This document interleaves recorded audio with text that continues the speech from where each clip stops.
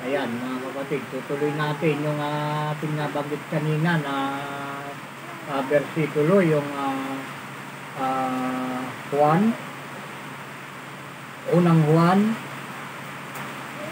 5:20. Ayan, basahin na natin.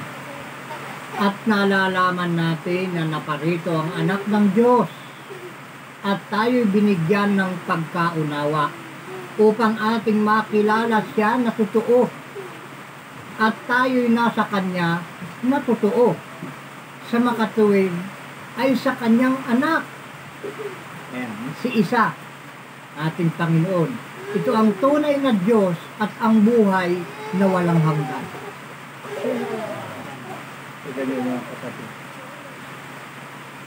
Ito ang tunay na Diyos at ang buhay na walang hanggan, yung kanyang anak, mga kapatid. Sabi nga nila nung mga relihiyon na tumutuligsa na ang ating Panginoon daw ay hindi Diyos. Wala kang mababasa sa Biblia na ang Panginoon ay Diyos. Ito mga kapatid, napakalinaw. Juan 5:20. Ito'y karugtong doon sa sinasabi niya, ako at ang Ama ay iisa. Ito pinatunayan din ni Juan, sulat ni Juan, na ang ating Panginoong si Isa ang tunay na Diyos at siya ang may-ari ng buhay na walang hanggan, mga kapatid. Sino ngayon magpapasinungaling dito? Sino magsasabi ngayon na kasinungalingan na ang ating Panginoong si Isa ay hindi Diyos? Ayan, sa inyong mga nakikinig at walang sawa na sumusubaybay, mga kapatid, sa palatuntunang ito na ibinaba ng ating Ama mula sa kanyang kaharian sa langit ng mga langit na kanyang luklukan. Unang-una ay sa Pastor Litana at kay Laina, Pastora Litana, at ganoon din kay J. Maris Kakatyan, at kay Florida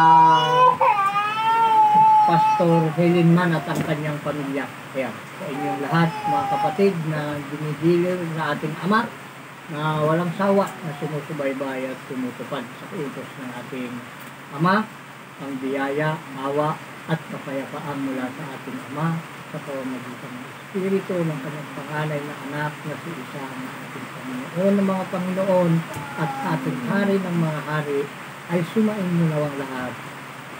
Siya nawa at siya nawa. Siya nawa.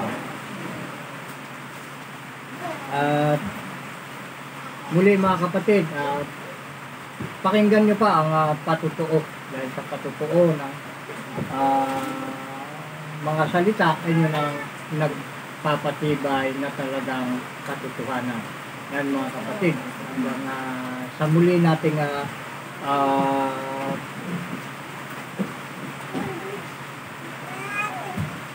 pagkikita sa ganitong ring oras at araw, mga kapatid.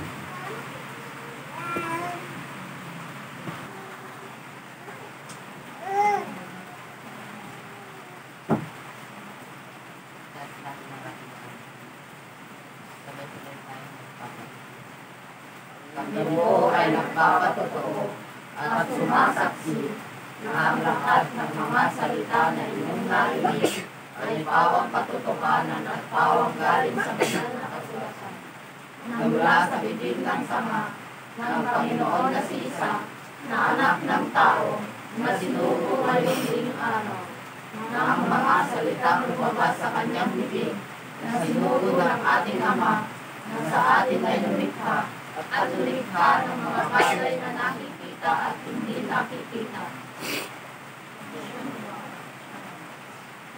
Sanawa.